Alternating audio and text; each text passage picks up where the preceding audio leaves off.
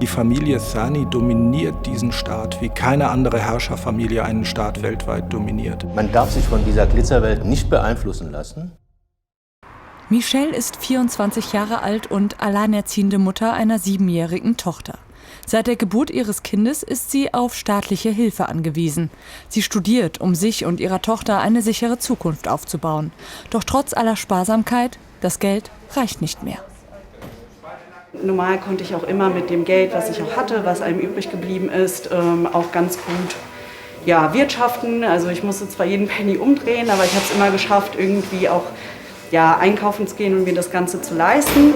Jetzt natürlich mit den ganzen steigenden Preisen blieb mir eigentlich nichts anderes übrig und dann habe ich mich überwunden praktisch und bin zur Anmeldung gegangen. Das war, glaube ich, Ende Juni.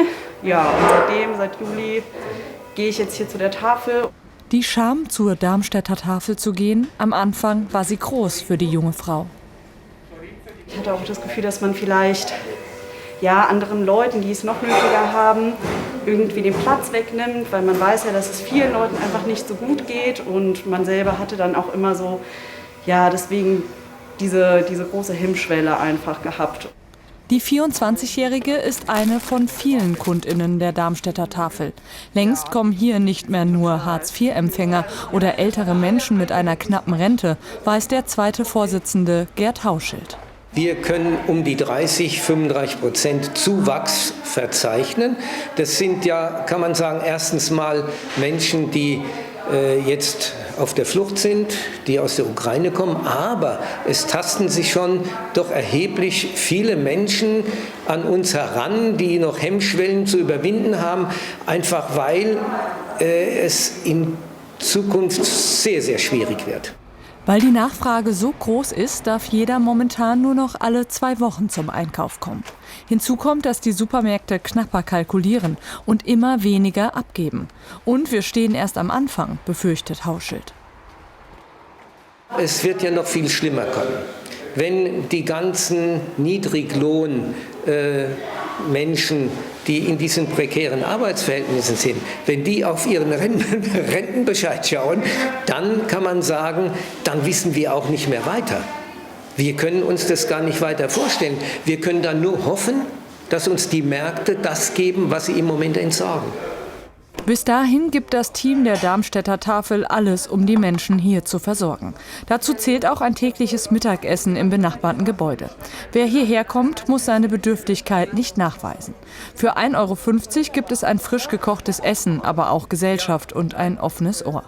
Rentner Yamin ist zum ersten Mal hier. Zuvor war die Scham zu groß. Für Gerd Hauschild alles andere als unüblich. Ich habe einen vor ein paar Wochen kennengelernt, der sagt, er hat eigentlich nur Reis und Zwiebel gegessen. Und ich bin jetzt froh, dass er hier sein kann. Und ich will Sie, Yamin, ermuntern, nehmen Sie einen Bekannten mit. Freunde, Bekannte. Sie nehmen hier niemandem was weg. Und wenn die Zeiten schwieriger werden, Essen und Trinken gibt es hier immer. Auch hier das vorherrschende Thema, die steigenden Kosten für Lebensmittel und Energie.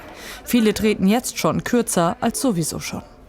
Ich habe die Heizung noch aus, noch nicht an und nachts ist es sowieso abgestellt, jetzt schon immer im Winter, nur am Tag und das mache ich noch nicht. Ich werde noch sehen, dass ich vielleicht noch einen Monat oder was aushalten kann. Zurück in der Ausgabestelle der Tafel. 100 Personen pro Tag können momentan versorgt werden. Jeder erhält eine Karte und einen festen Zeitslot, zu dem sie oder er kommen kann. Für Studentin Michelle ist die Tafel momentan der wichtige finanzielle Puffer, den sie braucht. Vor allem, wenn man ein niedriges Einkommen hat, kann man sich zum Beispiel auch keine energiesparenden E-Geräte einfach leisten. Das heißt, man hat vielleicht alte E-Geräte zu Hause und schafft es gar nicht, so viel Energie zu sparen, weil man keine großen Investitionen tätigen kann. Die Angst vor dem Winter ist groß. Doch Menschen wie die Mitarbeiterinnen und Mitarbeiter der Tafel sorgen mit ihrem großen Herz dafür, dass manche Sorgen zumindest etwas kleiner werden. Man darf sich von dieser Glitzerwelt nicht beeinflussen lassen. Katar ist sehr widersprüchlich. Ich denke, Katar hat es geschafft, sehr viel Einfluss zu kaufen. Und wenn sie einmal angefangen haben, ist es sehr schwer, das wieder zu stoppen. Katar ist tatsächlich der Weltmeister im Aufbau von weicher Macht. Katar hat damit genau das erreicht, was es wollte.